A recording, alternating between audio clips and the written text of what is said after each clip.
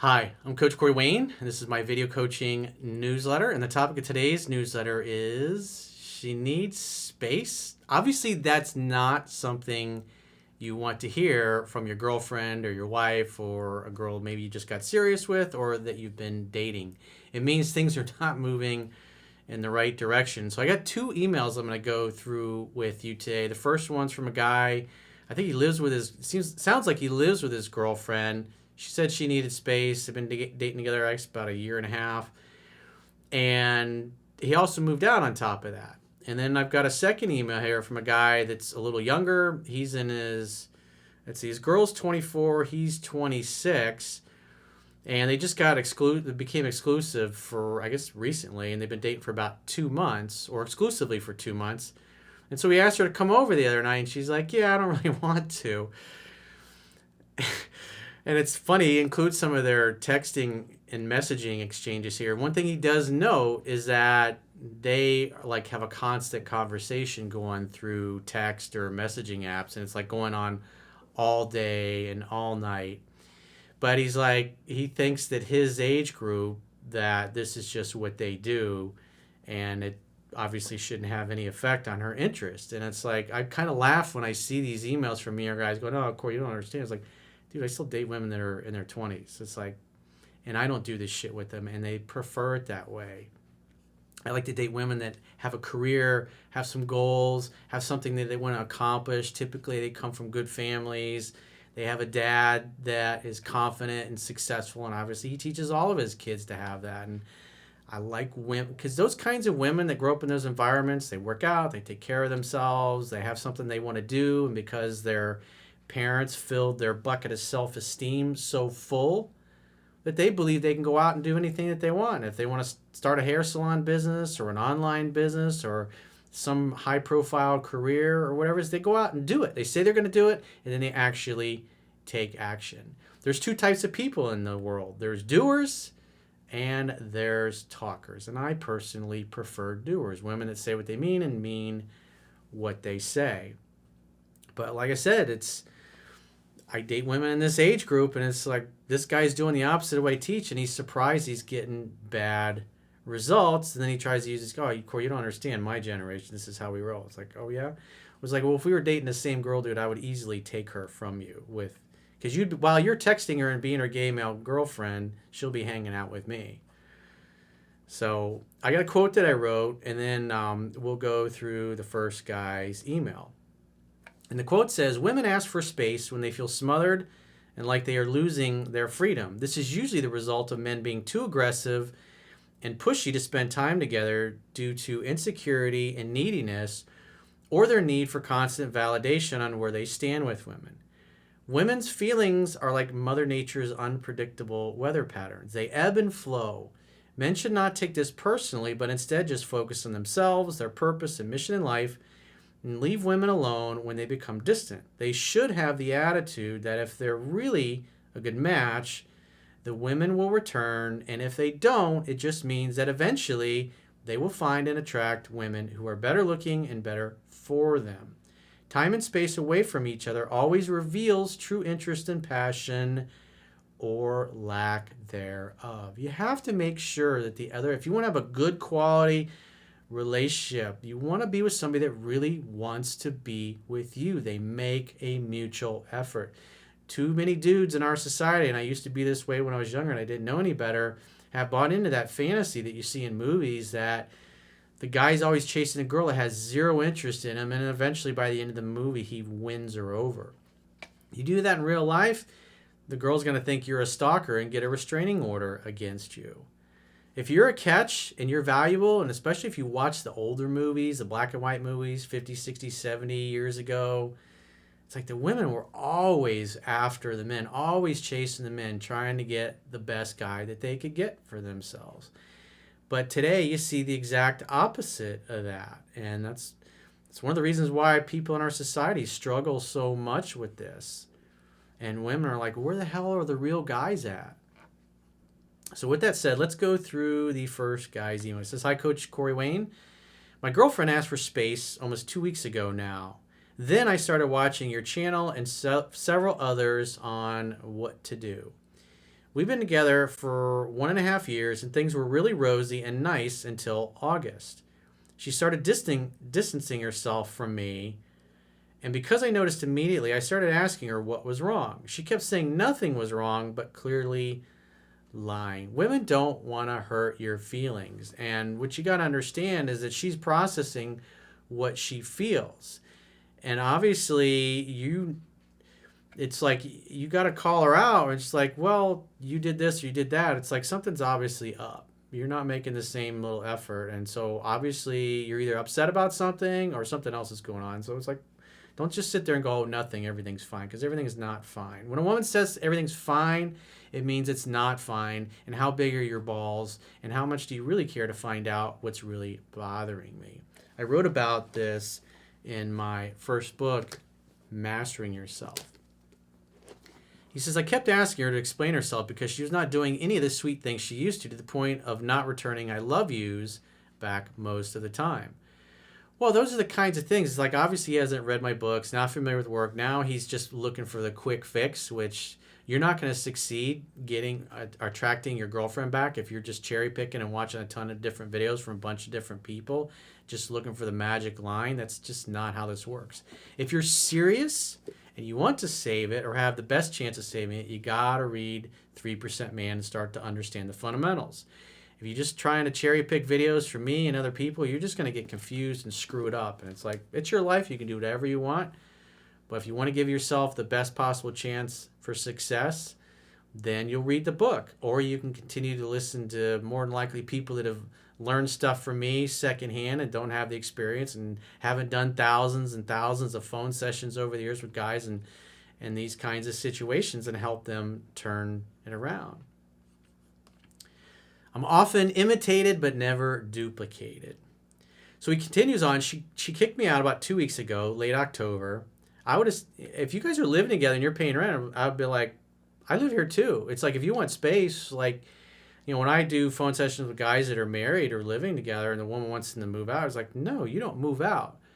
If she wants to go stay with her mother or a girlfriend or leave, then she can leave and then explain to all the children why she's not going to stay in the house. Because if you just up and leave, then she can tell your kids whatever you want. Oh, daddy left. It's all daddy's fault. But if she's wanting space, then great. She can explain to the kids and the rest of the family why she's leaving the house. And just that in and of itself sometimes will cause her to reconsider it. And because, a lot of women don't want to take responsibility for that. And part of it's also standing up for yourself. It's like, this is our family home. We live here. I pay rent. All my stuff is here. I'm not moving out. If you want some space, go hang out with your girlfriend. Go stay at your mom's. Like, you don't move out of your house, dude. So I would have never done that. That is just stupid. And she kicked me out 2 weeks ago in late October, and she finally told me everything that was wrong, including how I kept pressuring her to talk when she just wanted to relax.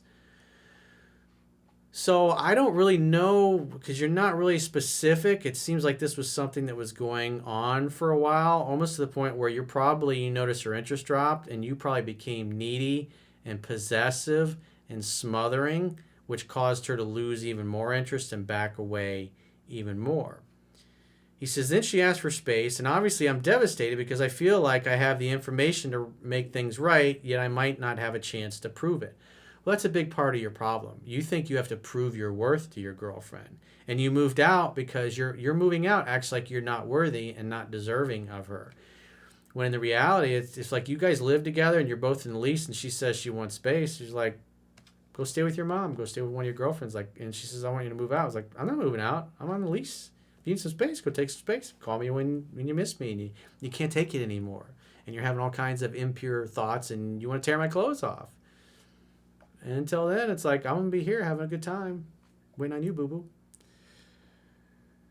He says, I watched your videos saying just to hang out, have fun, and relax and be her escape. The space has given me some time to regain my confidence and not demand explanations or validation for when we get back together, if we get back together. Yeah, like I said, if she reaches out, assume she wants to see you, make a date, hang out and have fun and hook up. But when a woman asks for space, you don't keep calling, you don't keep texting, you don't keep trying to find out what's wrong. But obviously you've already moved out, which I already explained was a stupid move on your part, but you probably didn't know any better.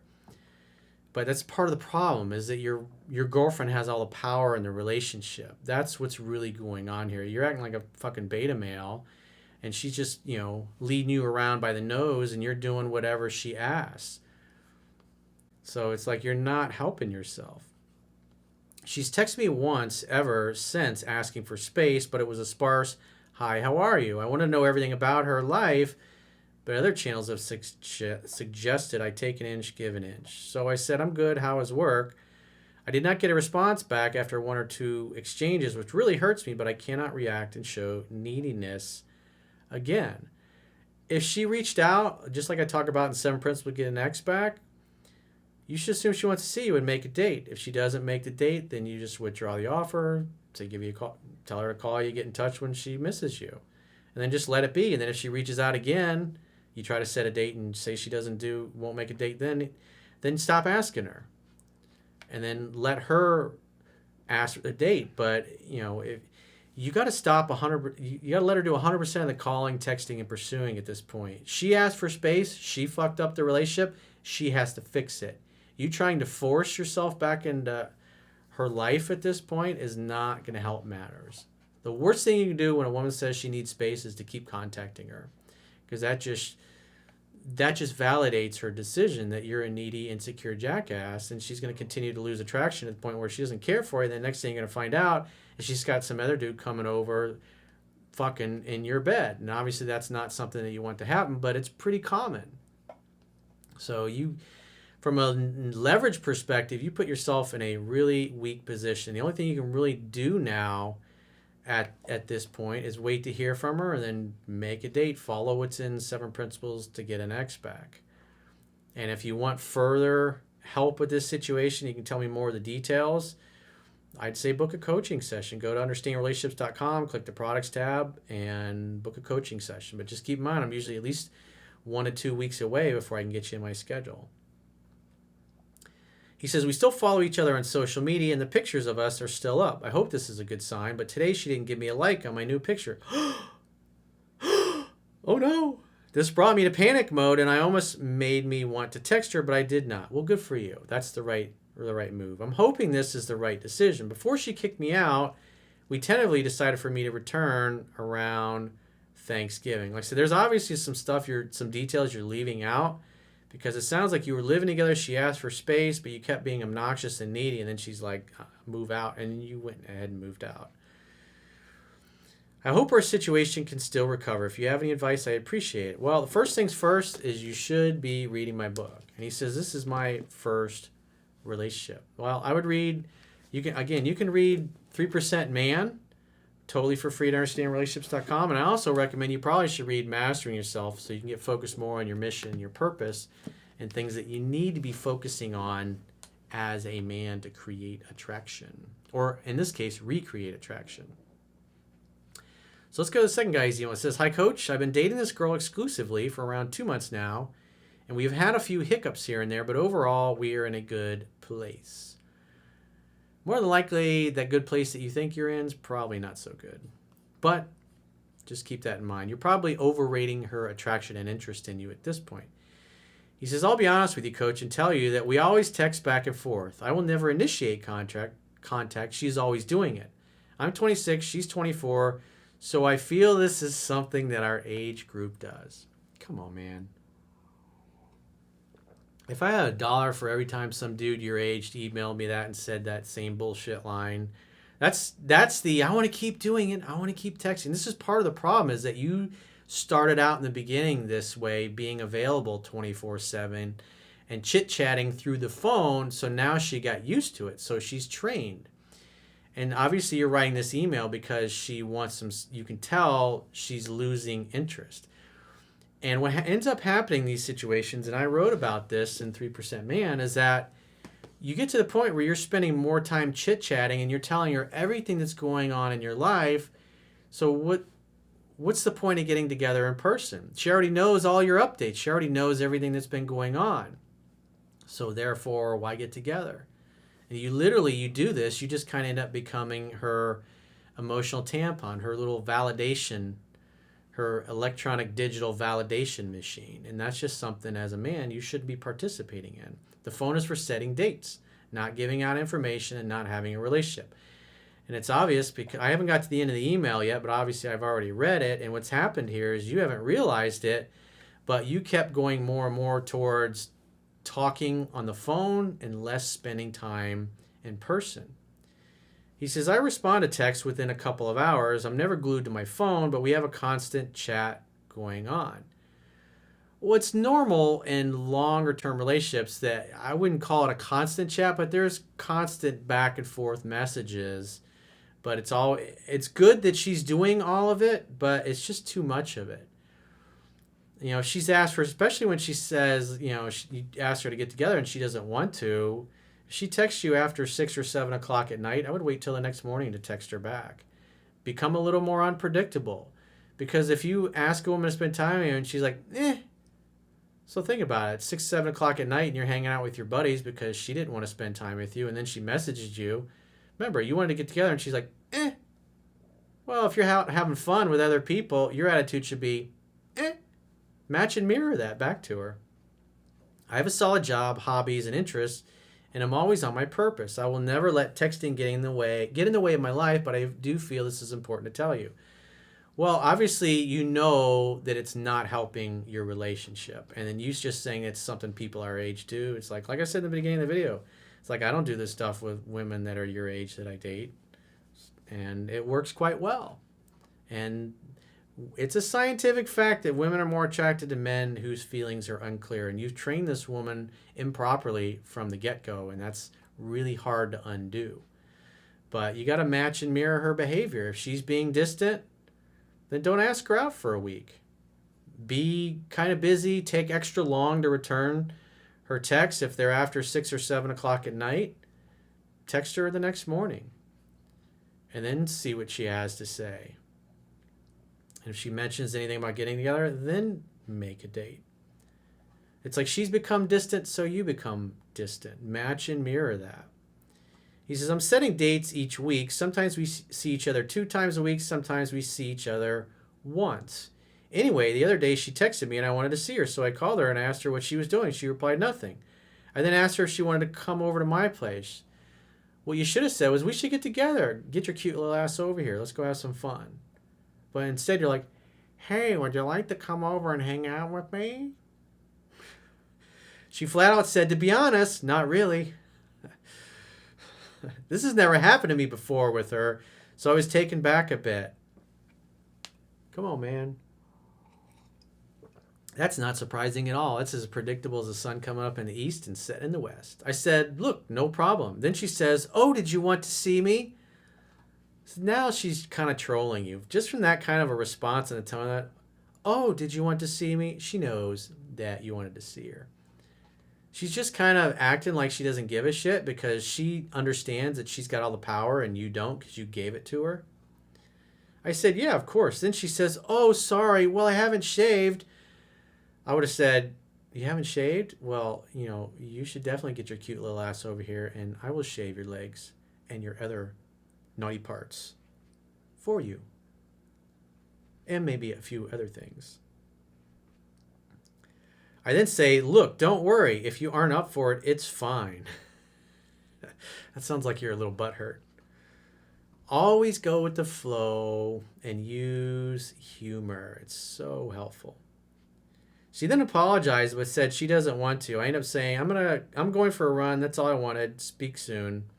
And I left it at that. To me, this is a big sign of disinterest. You think? Well, she knows that you're more into her than she is into you. And women don't want the power, and you've given her all the power.